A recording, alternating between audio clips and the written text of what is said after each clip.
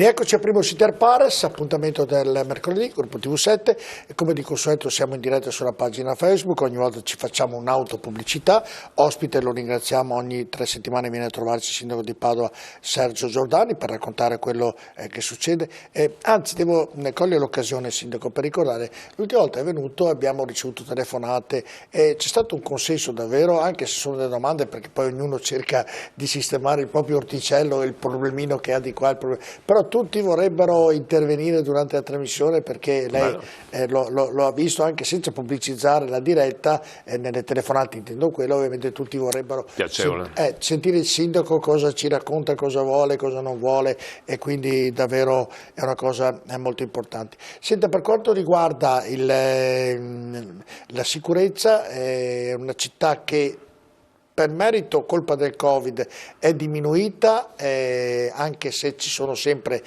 ovviamente qui è stata brava la polizia locale a prendere quello che lanciava con la fionda. Bravissimi, bravissimi. Complimenti al comandante Fontolani, veramente complimenti, bravi, veramente bravi, veramente detto brava, è stata una donna.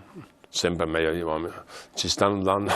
Però è stata una sua collega. No, ma sono stati bravi a trovare, perché a scoprire uno che. Sì, ha fatto un'indagine, è stato molto bravo. Ecco, in virtù di questo oggi ci sono delle bande di giovani che salgono negli autobus, lei conosce questa situazione, sono soprattutto quelli o fanno per bravata, ovviamente il conducente del tram o dell'auto non può scendere, non può fare nulla, e sto poro Cristo è una situazione. Cosa si può fare? Avete trovato un accordo col prefetto, col questore, si può fare qualcosa per evitare che succedano, accadano queste cose? La Bus Italia sta mettendo ovviamente sorveglianza in questo senso, ci sono le telecamere all'interno, da 2 a 3 telecamere all'interno degli autobus e del tram, con i mezzi nuovi sarà ancora più vigilato, per cui fa amarezza vedere che questi ragazzi fanno certe cose, questo disturba moltissimo personalmente quando uno fa atti vandalici, quando sporca la città, quando sporca un monumento.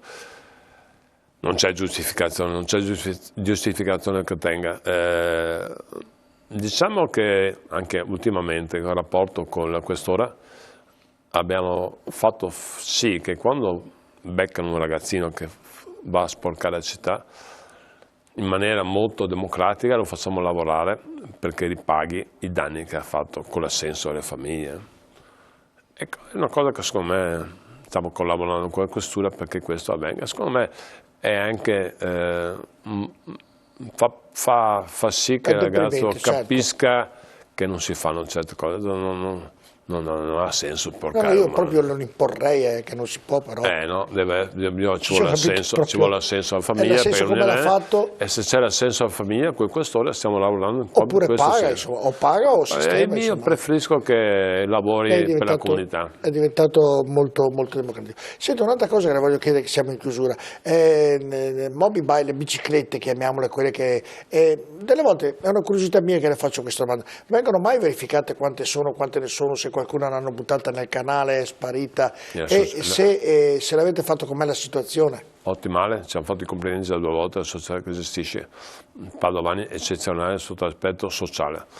Altri ci sta, senza dire Milano o qualcos'altro, hanno trovato biciclette dappertutto. Nel caso di Padova, proprio chi gestisce, perché tutte le biciclette sono tracciate, hanno GPS, certo, sanno esattamente dove sono, ovviamente, per cui ci ha fatto i complimenti, bravi, città incredibile. Tra poco arriveranno monopattini, arriveranno biciclette elettriche, penso e invito tutti quanti a stare attenti. La circolazione delle bici, di monopattini è una cosa seria e veramente la polizia locale non avrà molta attenzione per i comportamenti scorretti dei ragazzi, qualsiasi esso sia. Certo. Senta, un'altra cosa le chiedo, ormai comincia a avere una certa importanza che le auto elettriche, c'è nel vostro titolo di lavoro costruire delle nuove 48 colonnine, 48 colonnine sono già in lavorazione, a parte di APS, hanno già ricevuto le offerte, per cui 48 a breve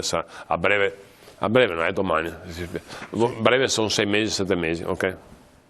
Ci saranno 48 colonnine elettriche, poi sono centri commerciali o altre cose che hanno ulteriormente, ma oggi ne abbiamo pochissime e sono previste 48 colonnine ha vinto ERA, l'appalto, per cui saranno loro carichi. Ma aveva promesso 3 anni e mezzo fa, quando è stato eletto, che ci sarebbero stati fatti dei bagni pubblici in più, non sono stati fatti. E non saranno fatti. La domanda perché? Ma spiego perché. Prima, nella mia fantasia, pensavo di poter mettere a Padova, tutti quanti eravamo visti male in giro in Europa, dei bagni autoigienizzanti, tutti cormati, sono preconfezionati, prefabbricati. Non è consentito, anche giustamente, dalla sovrintendenza, per cui l'unico sistema per fare un bagno è trovare un negozio, acquistarlo e fare il bagno all'interno. Perché non lo fate? Perché c'è Io penso lo mette a pagamento, a lunga gettata, e con investimento va a Venezia, si paga €1,50 e ci sono dei bagni che sono perfetti. Se vuole farò lei, se trova il negozio. No, non dico, adesso lo dico perché è una cosa che è importante. Mica lì ci sta pensando. Non è una brutta idea, Sindaco. A Venezia così hanno fatto così. Sì, dove sono i luoghi importanti, ovviamente costa molto.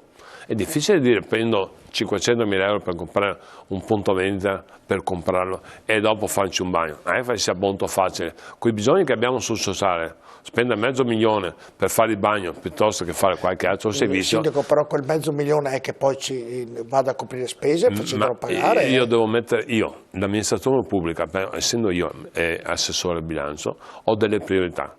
Per me le priorità sono badare al sociale, badare a chi ha meno, badare all'economia, badare all'ambiente, e se un po' tante cose. E se un po' Cristo alle esigenze in centro, il bar, ci sono i bar che non ricevono i baristi però difficilmente non accedono, è molto difficile, specialmente in questo periodo, ma se entra qualcuno sono tutti contenti.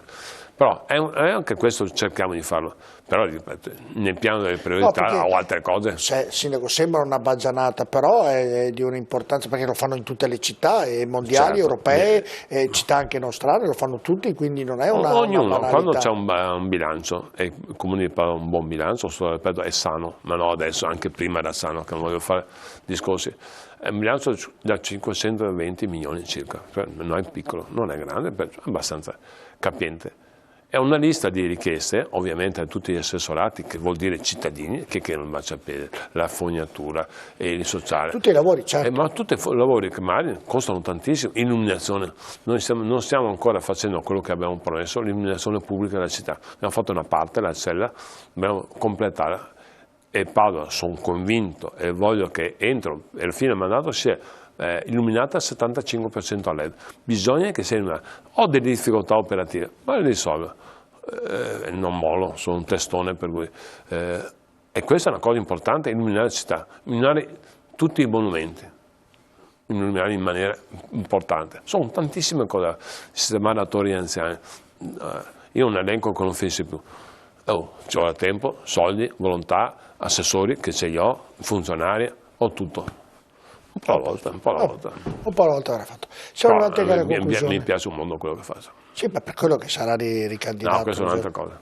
No, perché lo dico io. A me piaceva anche fare il calcio a Padova, a me piaceva anche lavorare nel solo sport, a me piaceva anche lavorare sport. Io ho avuto una fortuna tremenda nella vita, avere tantissime esperienze. Lo sa cosa devo fare? E sa cosa vuol dire? Avere tantissime esperienze vuol dire avere tanti amici, vuol dire conoscere tante cose.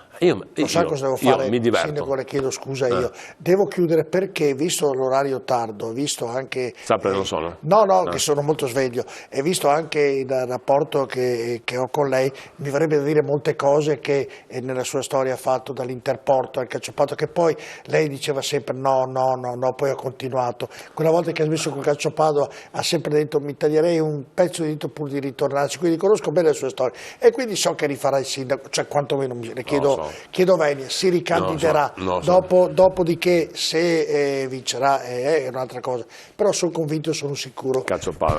Il Calciopadova, va bene. Grazie Sindaco di essere stato con noi, bocca al lupo, augurandoci questa pandemia termini al più presto, questa vaccinazione risolva un po' i problemi che davvero ne abbiamo bisogno tutti. Buonanotte a tutti. Grazie Sindaco, buonanotte, vi do appuntamento a mercoledì prossimo con una nuova puntata di Primo si Interpare, ospite avremo il Sindaco e il Presidente della Regione Veneto, Luca Zaia. Buonanotte.